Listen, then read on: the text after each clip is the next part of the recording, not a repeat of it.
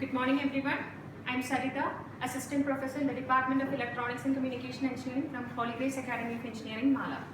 Today I am going to discuss a topic called frequency modulation. So in the last session we have discussed what is modulation, what is amplitude modulation. So now we'll see what is frequency modulation.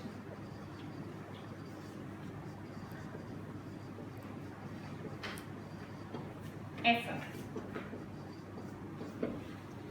So as already told, modulation is the process of changing the characteristics of a carrier wave, right?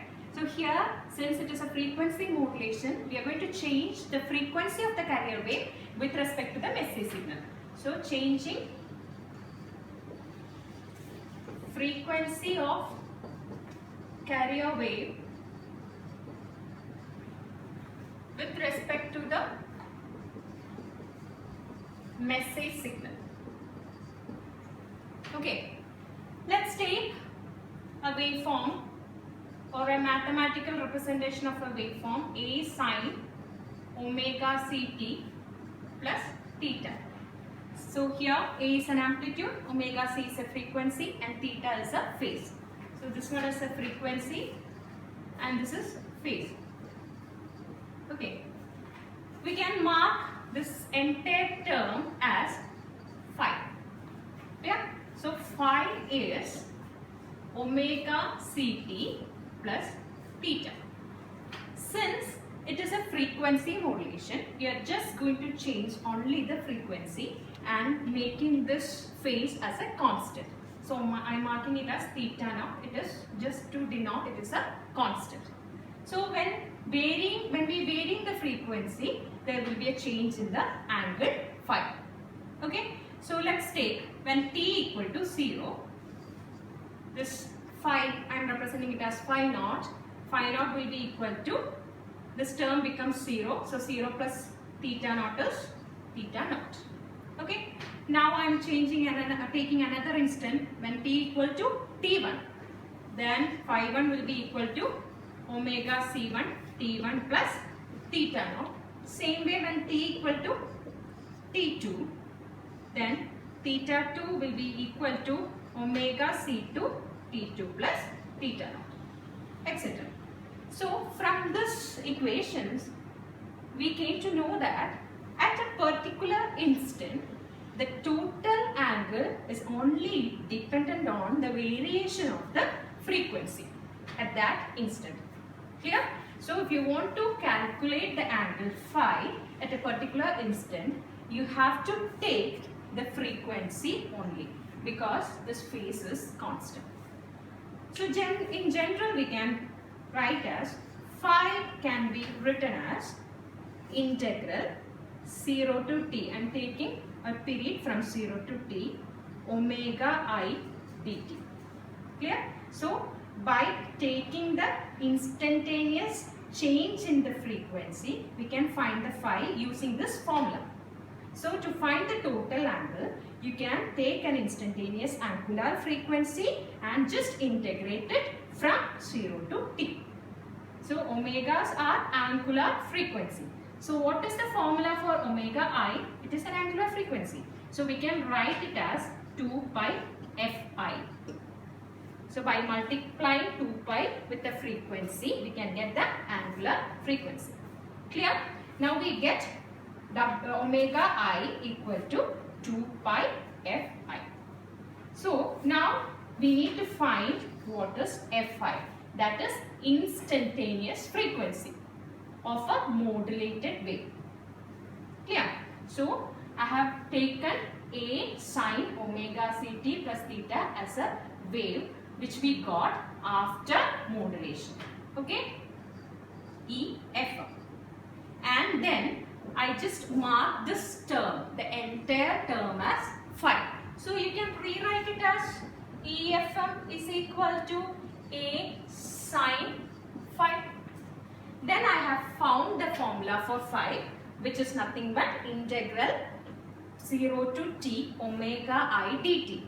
So omega I is the angular frequency which is nothing but 2 pi into F1. Now we need to find the instantaneous frequency of a frequency modulated signal. So what will be the instantaneous frequency of a modulated signal? In carrier modulation, in frequency modulation, the frequency of the carrier wave is varying according to the message signal. Okay, as we seen in the AM, we have drawn a message signal with a peak amplitude of EM, and we have drawn a carrier signal with a peak amplitude of EC, and this is the signal which we got after the frequency modulation. So when you see the signal, the amplitude is constant, frequency is varying. At particular instant of time, the frequency is getting bunched. Okay, so where it will get bunched? During the positive half cycle, the frequency is increased. During the negative half cycle, the frequency will be decreased. So from the graph itself, it is clear that the frequency of the carrier wave is changing according to the message signal. Because during positive cycle, it gets increased. During negative cycle, it will get decreased. So at a particular instant, the frequency of the modulated wave is purely dependent on the message signal. Clear? So we can write the instantaneous frequency as Fc plus K into M of t. Okay? Where K is the frequency deviation constant. Its unit is hertz per volt. M of t, as we all know, it is a message signal. I am taking as a sine form. M of t is Em sine omega mt. So instantaneous frequency, this Fi is instantaneous frequency of modulated signal. So instantaneous frequency of the modulated signal is completely dependent on the amplitude of the message signal, so that we can write it as Fi is equal to Fc plus K into M of t. So you can substitute this M of t here. So Fi is equal to Fc plus K into Em sine omega mt. Okay, so we found the formula for Fi. So using this Fi, we can find the formula for omega I, that is angular frequency. So omega I becomes 2 pi into Fc plus K into Em sine omega mt. Okay, now we know the formula for omega I. Just substitute omega I and find out the value for phi. It is a total angle of this modulated wave. Okay. Now I am going to substitute. So phi is equal to integral 0 to t 2 pi into Fc plus K into Em sine omega mt dt. Okay, so you have to separately integrate these two terms. So after integration, we will be getting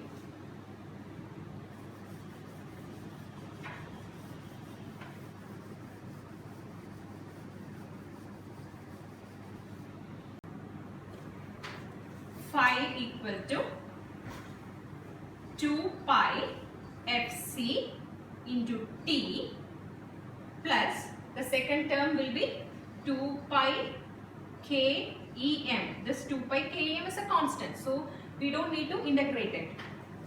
So what is integration of sine omega mt? It is minus cos omega mt divided by omega m.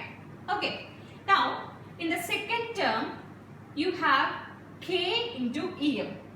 This K into Em can be called as frequency deviation. Frequency deviation del F. So what is frequency deviation? It is the variation of frequency of modulated wave from the frequency of carrier wave. So how much variation has occurred in the modulated signal compared to the frequency of the carrier wave? That is known as frequency deviation, which is denoted as del f. So now you can replace KEM with del f, as well as we can write omega m as 2 pi fm. Okay, so you substitute it. So phi is equal to 2 pi fct plus 2 pi. So instead of k into em, I am writing it as del f, frequency deviation, divided by omega is 2 pi fm into minus cos omega mt. Okay, now you can cancel this 2 pi and 2 pi. So the equation, final equation becomes 2 pi fct minus del f by fm cos omega mt. Okay, so here we got a term called del f by fm. This is known as modulation index of frequency modulation. So this del fm by fm is modulation index. I am marking it as mf. So now I am going to substitute this mf here. So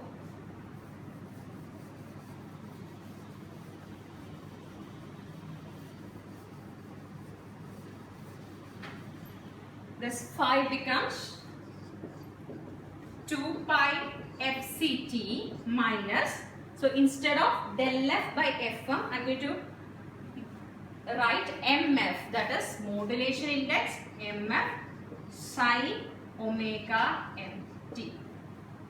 Okay, sorry, cos omega mt. So this is the formula we got for the phi.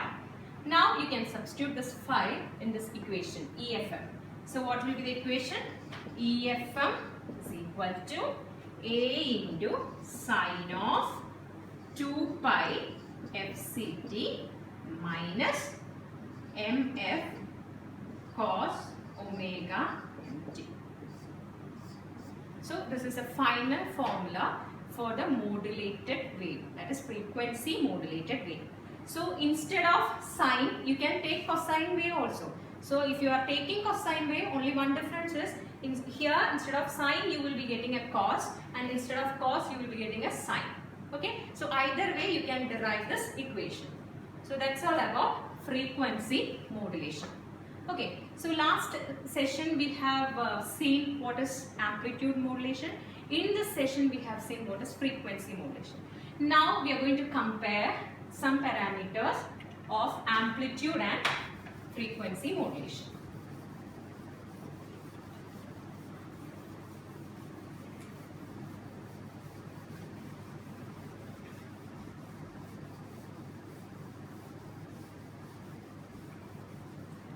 So a comparison between AM and FM. The first thing is, in AM the frequency range is much lesser when compared to FM. So what is frequency range? It is a bandwidth. So here the bandwidth is less and here the bandwidth is high compared to AM. Okay, and AM circuits are less complex, so it is less expensive, but compared to AM, FM is a bit more complex, so it is more expensive. Okay, and another thing is, AM or amplitude modulation is not that much immune to the noise, but in FM it is highly immune to the noise, or it can reject the noise. So it is not, or you can say that immunity is less. Here noise can be rejected. So highly immune to the noise.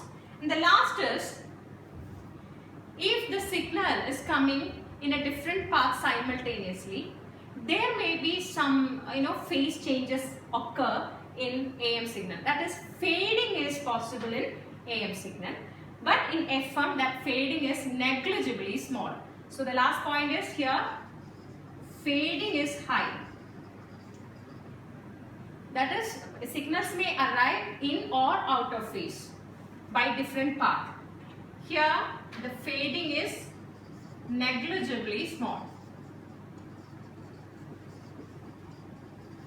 So these are the advantages as well as some disadvantages of FM and AM. Okay, so that's all about amplitude modulation and frequency modulation. So now we have gone through different techniques, that is modulation techniques. Now we'll see what are the advantages of a modulation. So what are the advantages? Why we are going for modulation? Basically for reducing the antenna size, right? So the first advantage of modulation. The first advantage is antenna size can be reduced. Okay, antenna size can be reduced. And the second advantage is energy of the signal is high. Energy of the signal is high, so it will have a high reception quality. So therefore, high reception quality. And another advantage is we can increase the range of communication because we are using FM, right? In FM, bandwidth is high. So using modulation, we can increase communication range. And multiplexing is also possible in modulation. So multiplexing is possible. So these are the main advantages of modulation. One is antenna size can be reduced and reception quality is high since the energy of the signal is much higher, and we can increase the communication range as well as multiplexing is possible. So that's all about frequency modulation. I hope you all are clear with all the topics we have discussed. Thank you.